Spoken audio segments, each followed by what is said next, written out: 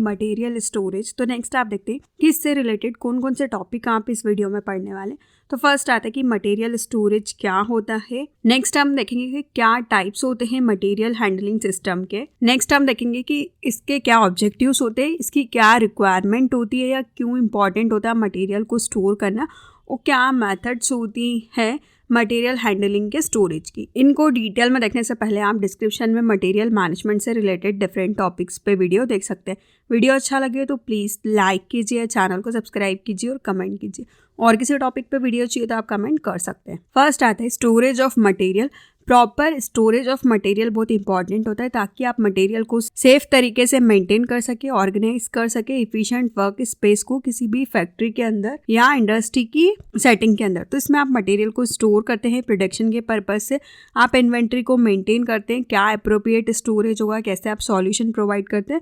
सिर्फ आप मटेरियल को प्रोटेक्ट ही नहीं करते बल्कि उसको डैमेज होने से भी बचाते हैं। आप इजीली उसको एक्सेस कर सकते हैं, यूज कर सकते हैं, और जो भी रिस्क होने वाली एक्सीडेंट से रिलेटेड आप उसको भी कम करते हैं। तो सारे बिजनेस स्टोर करते हैं गुड्स को, मटेरियल को सेफली तरीके से वेयर हाउस में, फैक्ट्री में, शॉप में, फूड, एग्रीकल्चर, कंस्ट्रक्शन बिजनेस, सारे ही बिजनेस अपने मटेरियल गुड्स को सेफ तरीके से रखते हैं। तो ये इंश्योर करता है कि आपका जो रिस्क है आप उसको देख सकें कि आपकी कितनी रिस्क है, उसका असेसमेंट कर सके, क्या नेसेसरी गेन होने वाले हैं करेंटली, किन चीज़ों को आपको फॉलो करना है आपके बिजनेस की सेफ्टी के लिए। आपकी ये लीगल ड्यूटी है कि आप इसको प्रोटेक्ट करें। ये आपको गाइड करता है कि आप आपकी रिस्क को कम कर सकते हैं, आपके मटेरियल को ख़राब होने से बचा सकते हैं और उसको स्टोर कर सकते हैं। नेक्स्ट हम देखते हैं कि क्या ऑब्जेक्टिव होते हैं मटेरियल स्टोरेज के।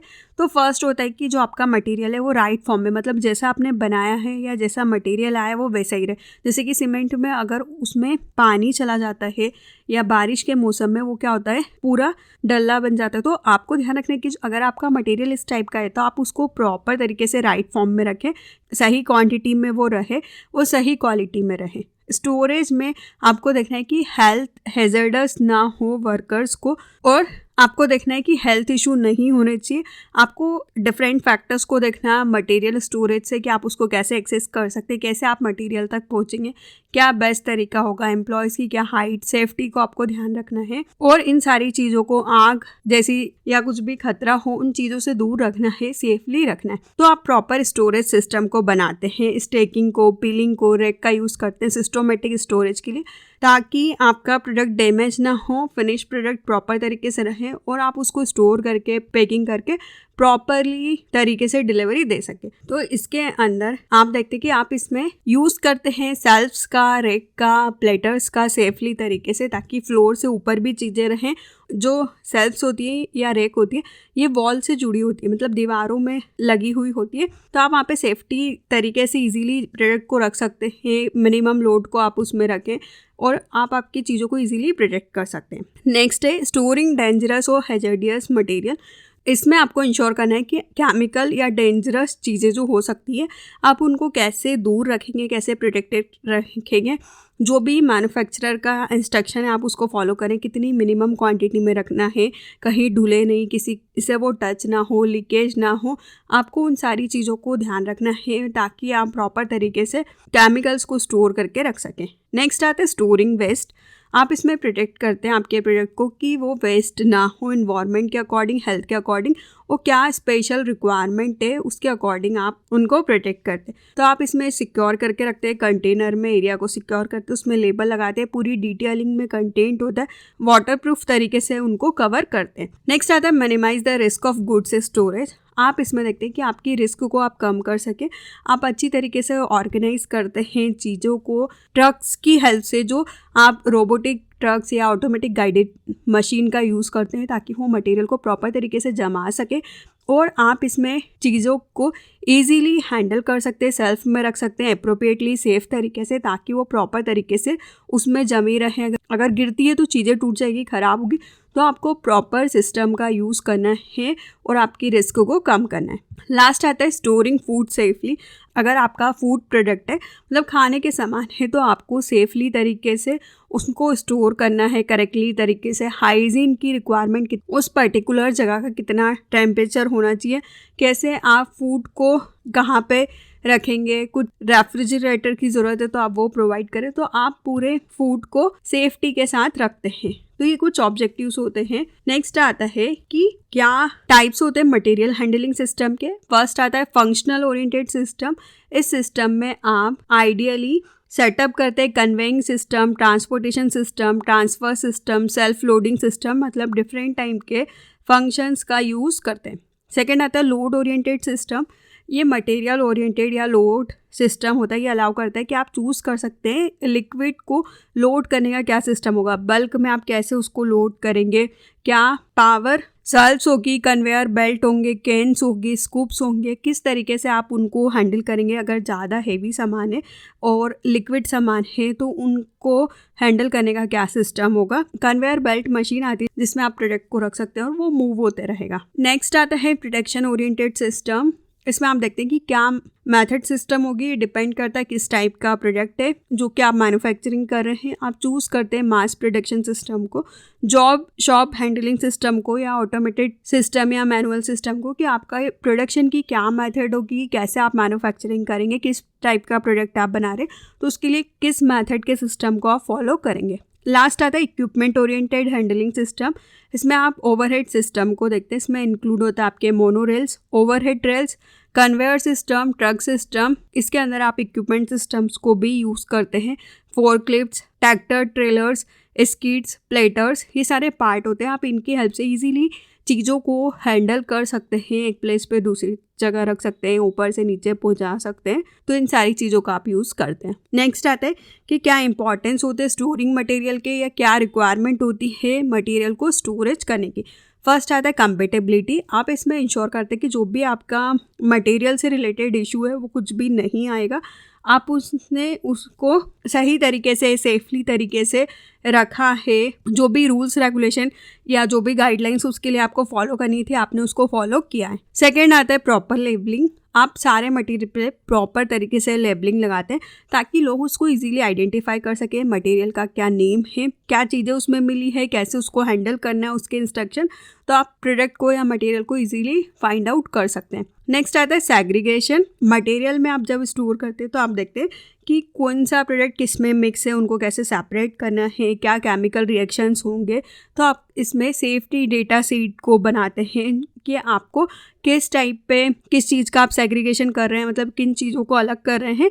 तो उस टाइम पे आपको किन चीज़ों को फॉलो करना है, क्या सेफ्टी का ध्यान रखना है, किन केमिकल्स के लिए आप काम करें, तो आप उसको फॉलो करते हैं। नेक्स्ट आता है एक्सेसिबिलिटी। आप मटेरियल के स्टोरेज को देखते हैं कि कैसे आप इजीली एक्सेस कर सकते हैं एम्प्लॉयज़ को, वो कैसे हैंडल कर रहा है, उस पर कोई भी रिस्क नहीं होना चाहिए। आप प्रॉपर स्टोरेज के इक्विपमेंट का यूज़ करते हैं, शेल्फ्स का, रेक का, कैबिनेट का, प्लेटर का, ताकि आप मटेरियल को उसमें जमा सके।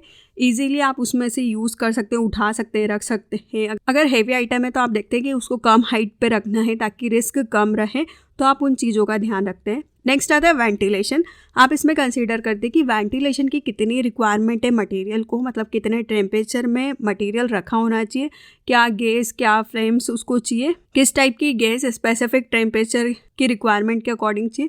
तो आप स्टोरेज एरिया में वेंटिलेशन को प्रिवेंट करते हैं ताकि चीज़ें ख़राब ना हो, अनफेवरेबल इन्वायरमेंट ना बने। नेक्स्ट आता है फायर सेफ्टी। आप इसमें इम्प्लीमेंट करते हैं कि आप अगर कुछ भी आग लगती है तो उससे आप कैसे सेफ्टी प्रोवाइड करेंगे, क्या रेगुलेशन या गाइडलाइंस है जिनके थ्रू आप प्रिवेंट कर सकते हैं फ्लेमेबल मटेरियल को, क्या सोर्सेस होंगे, कैसे आप एप्रोप्रिएटली फायर सेपरेशन सिस्टम को फॉलो करते हैं, वो कैसे आप सही और क्लियर पाथ को बनाते हैं। नेक्स्ट आता है हाउसकीपिंग। आप रेगुलरली मेंटेन करते हैं आपके स्टोरेज एरिया का, उसका इंस्पेक्शन करते हैं, उसको क्लीनिनेस प्रोवाइड करते हैं, क्लियरली स्पेल करते हैं। नेक्स्ट आता है सिक्योरिटी। आप प्रोटेक्ट करते हैं स्टोर्ड मटेरियल को ताकि कोई उसको एक्सेस ना कर सके, जिसके पास एक्सेस हो वही उसका यूज़ कर सकता है, चोरी ना हो, कोई उठा के ना ले जाए।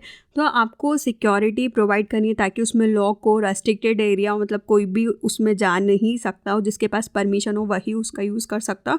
नेक्स्ट आता है ट्रेनिंग एंड इन्फॉर्मेशन। आप एम्प्लॉयज़ को ट्रेनिंग देते हैं कि कैसे प्रॉपरली मटेरियल का स्टोरेज होगा, उसकी क्या प्रोसेस होगी और कैसे आप उसको हैंडल करेंगे। लास्ट आता है रेगुलर ऑडिट एंड रिव्यू। आप रेगुलरली ऑडिट करते हैं और रिव्यू करते हैं सारी चीज़ों का कि मटेरियल स्टोरेज प्रॉपर तरीके से हुआ हो। तो ये कुछ इंपॉर्टेंस होते हैं मटेरियल स्टोरेज सिस्टम के। नेक्स्ट हम देखते हैं कि मटेरियल हैंडलिंग की क्या मेथड होती है। तो फर्स्ट आता है कि आप परफॉर्म करते हैं इंस्पेक्शन मटेरियल का कि आपका जो मटेरियल है वो कैसा है, उसमें कुछ भी ऐसे किनोर ना हो, किसी को जोखिम ना हो उसको उठाने में, गिरे ना वो, उसके शार्प एज ना हो, मतलब उसके को जो कॉर्नर होते हैं वो शार्प ना हो, तो आपको उनको देखना है। सेकंड आता है आप इस्टेब्लिश करते हैं सॉलिड ग्रिप को, मतलब लोग उसको इजीली हैंडल कर सकें, आप उस तरीके से उसको बनाते ताकि एक्सीडेंट के चांसेस आप कम से कम कर सकें, प्रोडक्ट डैमेज कम से कम हो। नेक्स्ट आता है आप रिमेंबर करते हैं कि क्या पिंच पॉइंट है, मतलब ऑब्जेक्ट को कैसे हैंडल करना है, कैसे उसको रखना है, क्या क्या बॉडी पार्ट्स होंगे, कैसे फिंगर्स जाएगी उसके अंदर। जैसे कि अगर हम बात करें ऑयल की बोतल, तो आपको पता है कि ऊपर उसके एंड में इस तरीके से हैंडल आता है कि आप उसको ईजिली फिंगर्स डाल के कैरी कर सकते हैं। अगर आप लॉन्गर ऑब्जेक्ट से डील कर रहे हैं, लंबर्स या पाइप से, तो आप उसको कैसे हैंडल करेंगे और उसको कैसे सिर से दूर रखना है ताकि वो चुभे नहीं, आप उससे कैसे बचेंगे। जब भी आप किसी ऑब्जेक्ट को हैंडल कर रहे हैं तो आप उसको देखें कि आप उसको साफ़ करें, वो स्लिपी ना हो, मतलब पकड़ने में वो फिसले ना, और उसके ऊपर कुछ भी ऑयल, वाटर या डर्ट जैसी चीज़ें या कुछ भी गंदगी नहीं होना चाहिए ताकि आप उसको इजीली तरीके से हैंडल कर सकें। आप इंश्योर करते हैं जब भी आप किसी प्रोडक्ट को पकड़ रहे हैं तो आप देखते हैं कि आपके हैंड क्लीन होना चाहिए, फ्री होना चाहिए, ताकि वो इजीली किसी भी चीज़ के ऊपर ग्रिप को बना सके। आप इसमें इक्विपमेंट का यूज़ करते हैं लाइक प्लेट्स, हैंड ट्रक्स का किसी भी हैवी ऑब्जेक्ट को मूव करने के लिए। तो ये टूल्स हेल्प करता है कि कैसे आप स्टेन को, इंजरी को प्रिवेंट कर सकते हैं। आप इसमें लिमिट करते हैं कि आप कैसे लिफ्ट करेंगे वेट को, आप कैसे उसके साथ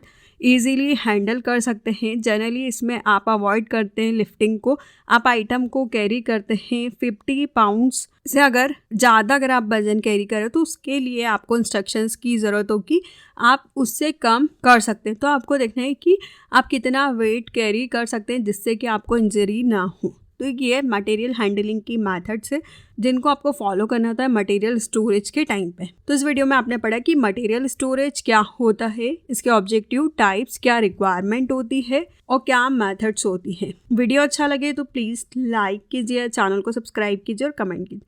और किसी टॉपिक पे वीडियो चाहिए तो आप कमेंट कर सकते हैं। Thank you.